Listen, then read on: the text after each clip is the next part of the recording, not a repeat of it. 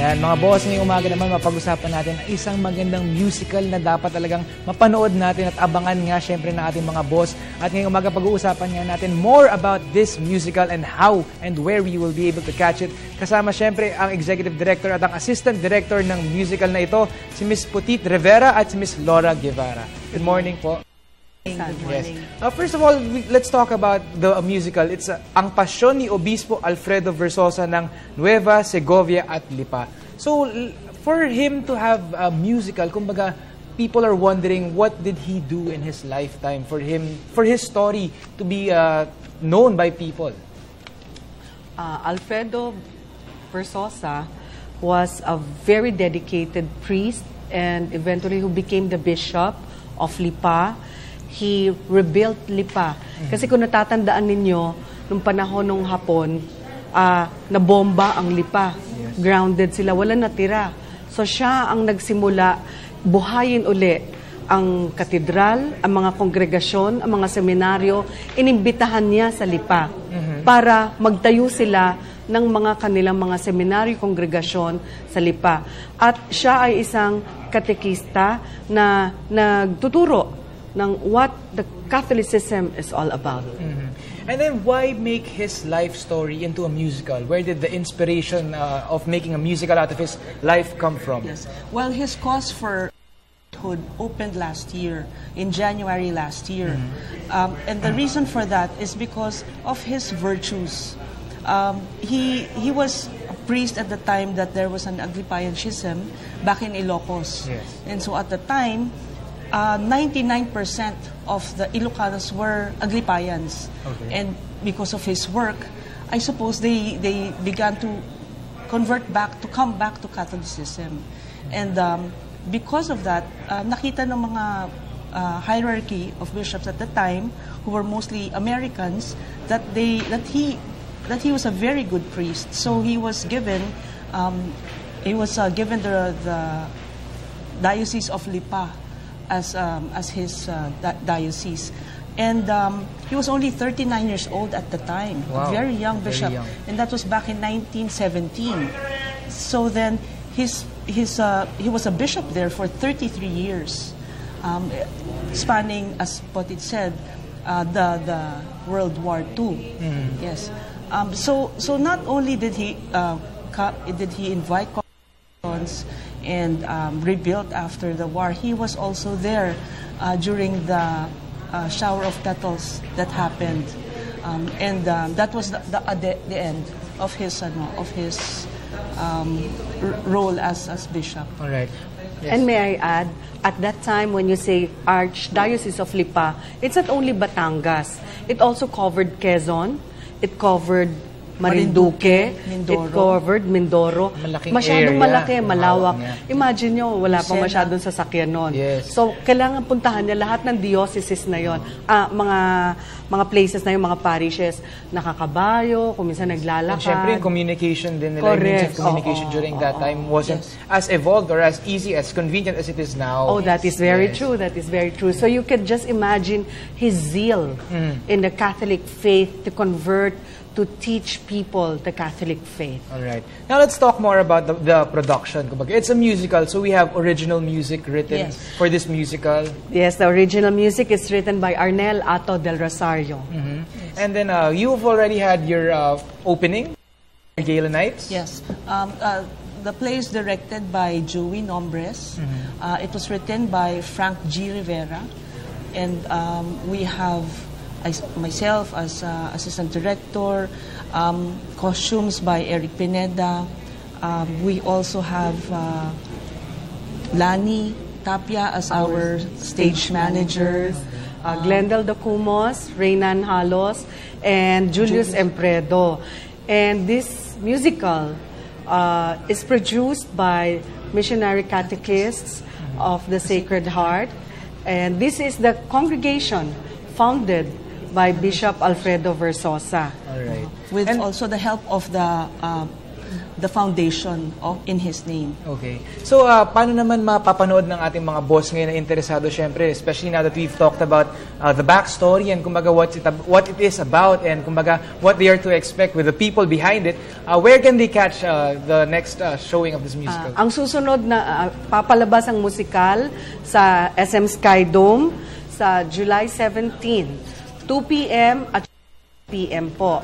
Makukuha niyo po ang tickets from 0917-558-1222 o kaya pwede kayong mag-email sa alfredoverzosa.obispo@gmail.com. Sa July 27, magkakaroon po ng show din sa Batangas.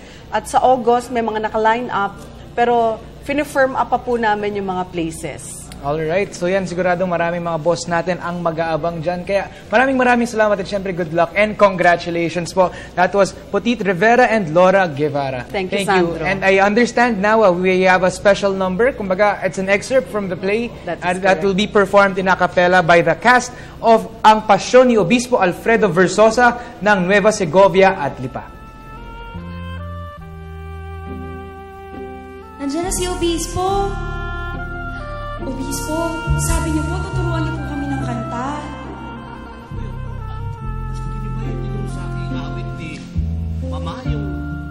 Gusto niyo ba yung tinuro ng Mama ko? Sige po, sige po. O sige, ganito yan, ha? Lumingon sa likod, baka may naiwan. Tutok sa harapan at may kabanggan. Sa kaliwat kanan may masasagasan.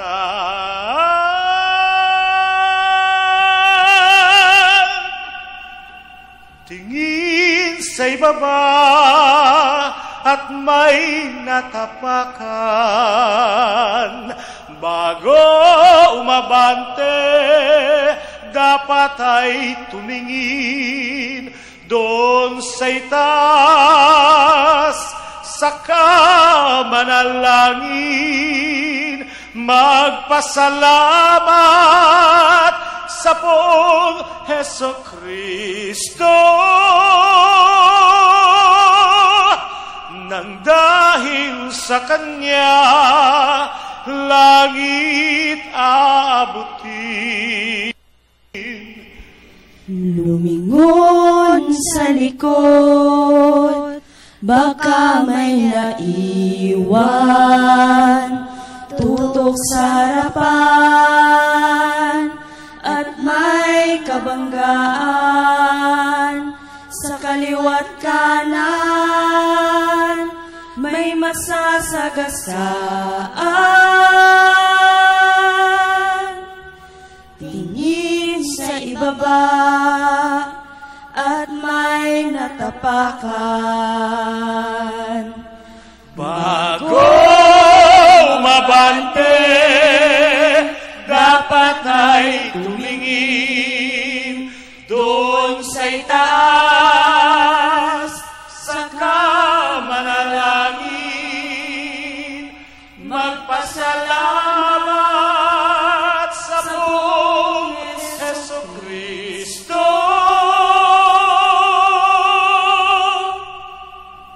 Nang dahil sa Kanya, langit aabutin.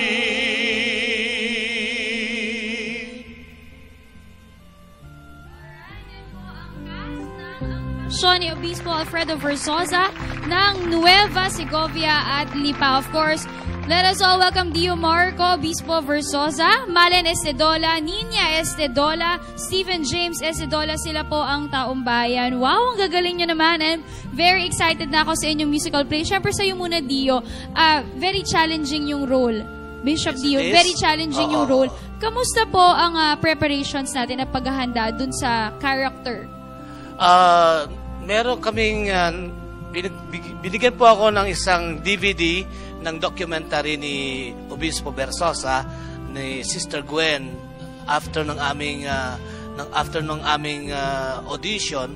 So I was able to watch his life through the documentation and also through the making of the documentation. So, and I have talked to the descendants of Bishop Versosa. So, Alright, gaano po process o yung preparations ninyong lahat as a cast? it's more than a month. More than a month. Kayo, mga talagang nag-training din kayo para dito? No, first time. First time. So, naku, excited na kami lahat. Siguro at this point, would you like to invite our viewers to watch your musical play, Bishop? Yes, I would like to invite each and every one of you out there to watch the musical Obispo Alfredo Versosa. At ito po ay sa SM Skydome on the 17th. We have 2 shows there. So, please, because it's a beautiful and very inspiring musical of Bishop Alfredo Versosa. Alright, thank you so much for joining us this morning. Yan po ang cast na Ang Pasyon ni Obispo Alfredo Versosa ng Nueva Segovia at Lipa. Ako, ito na po yung panahon para makilala natin ng mabuti itong si Obispo Versosa. And of course, ang cute-cute mo naman. Hello. Say hello. Hello, Stephen. Hello. Ang cute. Alright.